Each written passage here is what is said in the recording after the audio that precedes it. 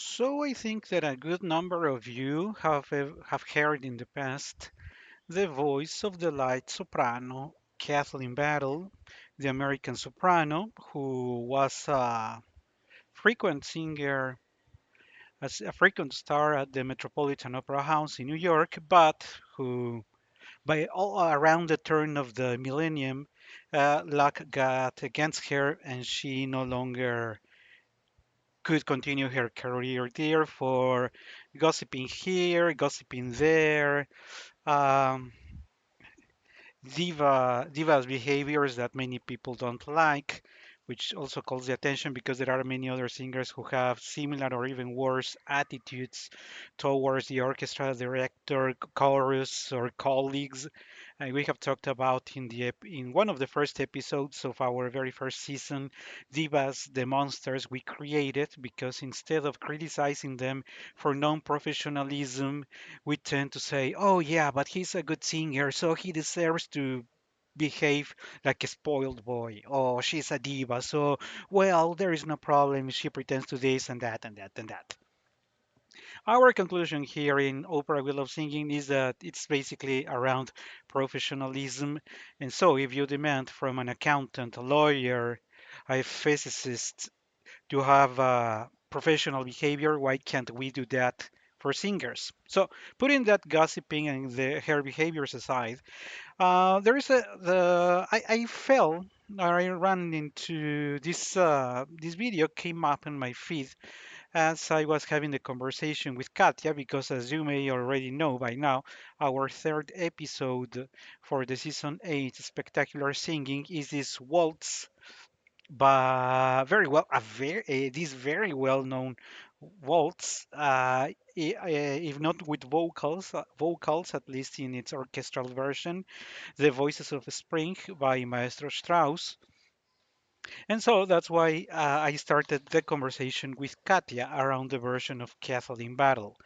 But I took my time in into looking at the comments, and remember that I don't like to read the comments most of the times because they are highly toxic, and there is always this competition of, yes, but there is a version of the year 2000 and blah blah blah ta ta ta ta ta where she sings with blah blah blah blah, only the competition of seeing who knows a better version of the given piece, not even enjoying the current piece, the center of the discussion, but providing more information just to show off.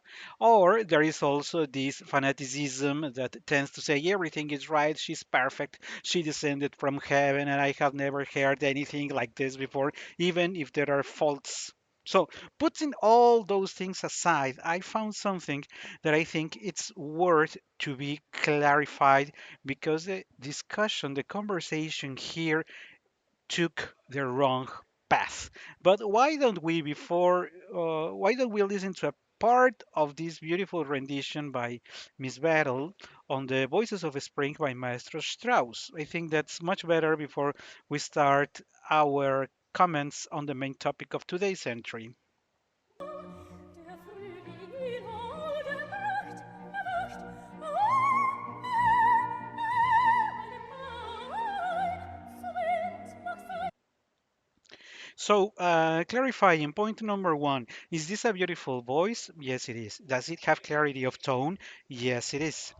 Does she manage uh, the color, the intention, and the ornaments her voice can produce? The answer is yes. But with all that having said yes, here starts the discussion around something that people really didn't like. Here is where it unfortunately deviated when a participant says she was a great singer, but unfortunately a very tiny voice. And that's when people start counterattacking. and making comments and that instead of keeping themselves on the path of the volume of the voice or the quality of the voice starts deviating to something that really didn't add to the conversation, and I would like to clarify it today. Because there's people who say there is nothing tiny about that brilliant voice. There is a clear confusion. It can be a brilliant voice and at the same time can be tiny. They do not contradict each other. Oh, how can you say her voice is tiny when she has a perfect technique? You can have both. You can have a small voice and a great technique. Remember that we have mentioned in the past that the what you are given is the type of voice. You may have been born with a beautiful voice, with a horrible voice, with a squeaky voice, with a bass voice. Well, all those qualities that are natural to your body, it's something you were born with. Miss Battle was born with a voice that does not have much volume. She certainly has a tiny voice. The same way Gena Dimitrova was born with a huge, powerful voice, but she didn't do anything to deserve it. She was just born with it. The same way Miss Battle was born with a tiny voice.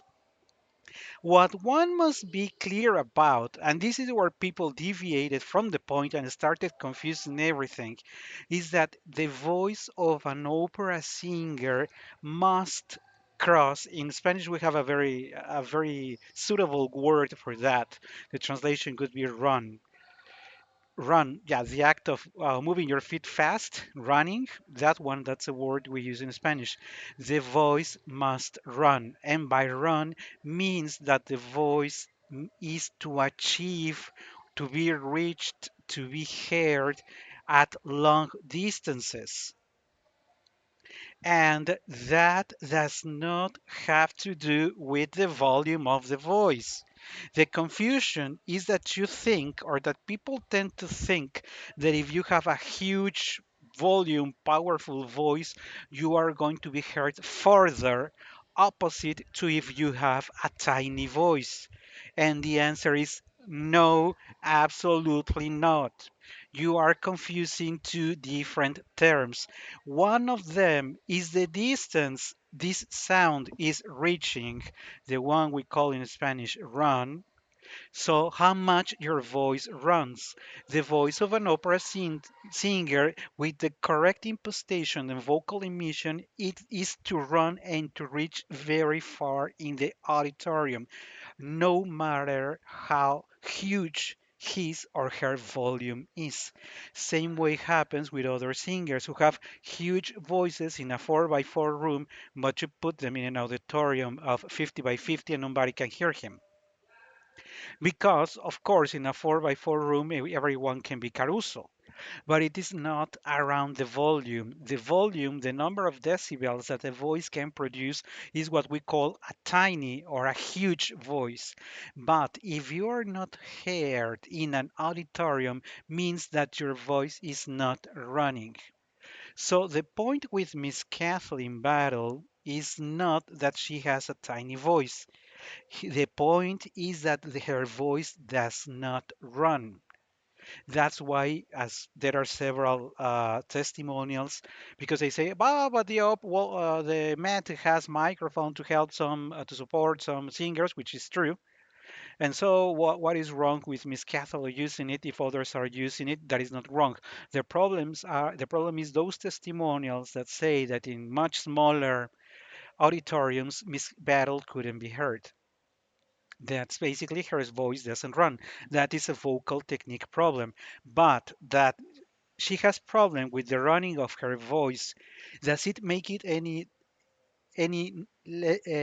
worse in terms of quality of how nice her voice is? Certainly not. She still has a beautiful voice. She still has beautiful ornaments. She has a very nice phrasing. That doesn't contradict the fact that the only problem is that her voice doesn't run. And this type of tessitura usually has the same problems. If you think of Lily Pons, the great coloratura light French soprano, Lily Pons also has a small voice. If you think of Nathalie Dessay also has a small voice. If you think of Mado Robin also has a small voice. But the difference is that the three of them could be heard at a distance, not with huge volume, but could be heard at a distance. So next time, if you're feeling like you want to engage in a discussion on how huge or how tiny is the voice of a singer, think that the volume is what you are given. You are born with a certain instrument, but the capacity to make it run is a matter of the technique you study. So I hope that clarification is worth. With the microphones there, of course, what cannot perceive that lack much. Still, if you pay attention, you certainly notice that Miss Bassel's voice is not well over the orchestra. I insist, the problem is that her voice is not running.